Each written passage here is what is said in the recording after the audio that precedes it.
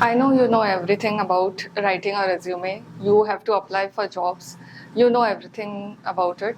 But today I want to share few things that I've learned, applied to so many jobs. I have in some places got accepted, some places got rejected, and all that stuff happened. Today I want to share what is the role of resume in this whole job, okay, and how you can make the perfect resume that will get you a job offer letter for sure.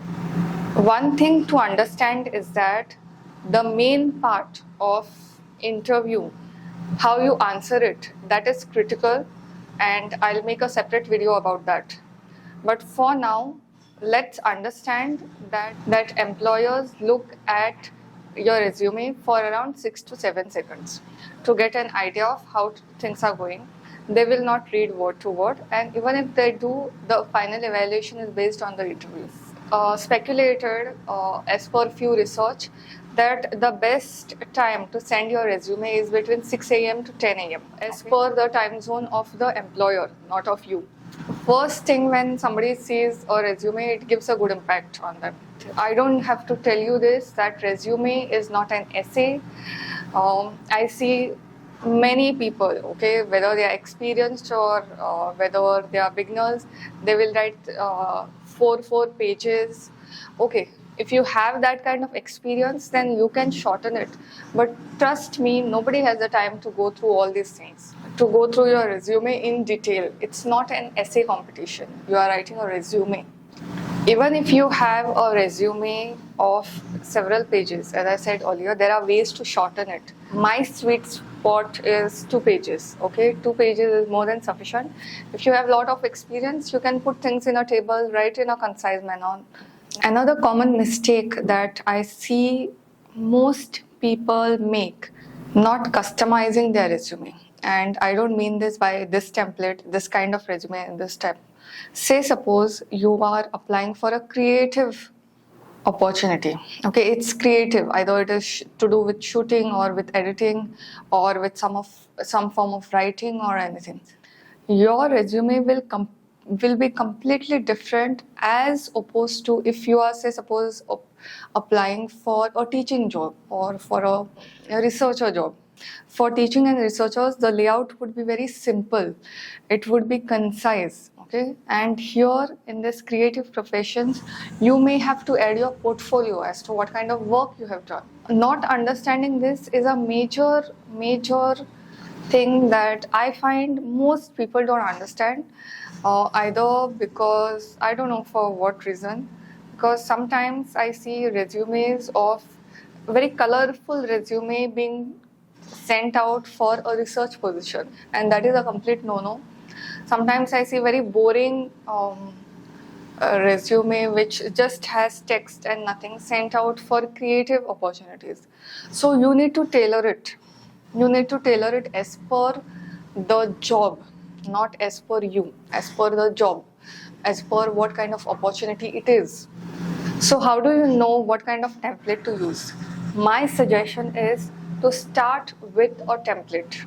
Okay, and what I mean by template is that take somebody's resume you know who has performed well or anything, or you can search on the internet, check the layout, download. You can just Google for things, you will download it, and then customize it as per your thing. We are not born professionals. In fact, there are some services like resume writing services where you can outsource resume part to others, where you can tell others to write. So that means these are the people who have actually developed the skill for resume writing. But as a beginner, if you are, say suppose, just out of college and you are starting, you may not have that kind of expertise yet. So you build on the expertise of others. The most popular platform for searching for all this is LinkedIn. What you can do is you can directly approach somebody for their resume. There is a resume writing course on LinkedIn, and which I personally found quite useful. So I will link that screen recording over here. Also, there is a paid course by Udemy. LinkedIn is a free one, but if you want to go in depth, then there is something on Udemy that also I'll link over here. So both the courses, these are good. these I have checked. It's quite high quality. Now there are a couple of things that you need to be including on your resume. The first of which is work experience, and I will come to people who have no work experience. For now, if you have work experience, what I see most of the students doing, okay, or anyone who is applying for a job doing, is that they will write worked for so many years from this year to this year in this place. That's it. That is not the way. Let the other person know your contribution to the field. Why are you short selling yourself? So what I would suggest is the first line could be that maybe you have worked, this is the duration you have worked in this department, but what work have you done there? So what I used to do is, whenever I used to apply for a PhD, or whenever I used to apply for assistant professor's job I used to write in one sentence the duration and the details, and I used to follow it up with the exact experience. Like, I taught subjects like immunotechnology, fermentation technology. In fermentation technology, what all skills I have learned, what were the techniques that were used, how did I help students, what were the different credentials that I used. All of us have a set of values, okay, and whenever we work, we little bit, whatever it is, we add little bit of value to the place where we are writing in. So how do you add value to that? That you need to understand, that you need to explore, that you need to write in your resume. And don't just write experience as just one liner or two liner. You are much more than that. Then the next part is, you could write about the skill set. What skill set you have and what are the different things. And when I mean by skill set, these are purely technical skills related to the work. One thing I would like to mention is that your resume should be framed in a manner your employer is getting benefited, not you. You are understanding? See, the psychology is that you are applying for a job for your work experience, for your money, whatever. But after reading your resume, the person should feel that they need you. Their organization will benefit. It's not other way around. They should not feel that you will benefit. They should feel that their organization will benefit after having you as an employee.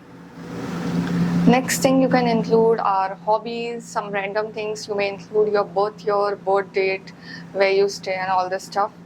Where these things are placed, like experience, your hobbies, your different aspects of your personality, where it is placed in the resume, that will depend on the template you select. Okay, so I'm not giving you a template over here. I'm giving you different categories that you need to include. See, it's quite unfortunate, but sometimes I see students adding hobby as sleeping. Sleeping cannot be a hobby. It's an activity. Your employer asks you to mention your strengths and your weaknesses. So when I say weakness and when I say strength, there are few things that you need to be little diplomatic over here.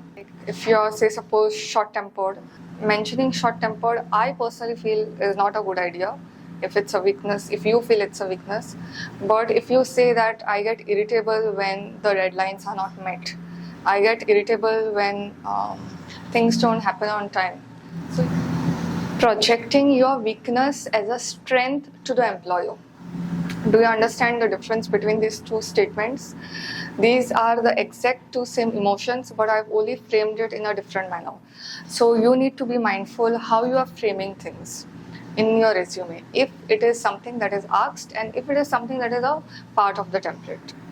I'm listing few words over here. These are called as the right language, it's called as the keywords or anything, but just make sure you sprinkle the conversation in your resume with these words, okay? These make a great impact and it adds weight to your resume, okay? You are actually putting yourself in a paper form and submitting it. So when you are doing that, be extra cautious about grammatical errors, the kind of language you use, the kind of tone. What I do is I have a free Grammarly plugin, and it actually monitors the tone of your language, whether it is casual, whether it is professional. I'm not asking you to install that plugin, though it is recommended, but you can just Google and see how the professional tone looks like. Feel of the resume should be professional. It cannot be casual. I remember when I was applying for my first job, I was asked to note the skills. So I wrote meditation as my skill. Okay? Meditation could be a hobby. It's an activity essentially. When it says skills, these are your technical skills which the employer will benefit. So these are some of the things that I wanted to mention, because I know everyone knows about writing resume and everything, but not everyone knows what not to do in a resume. And I hope this video has made it really clear. Till the next time,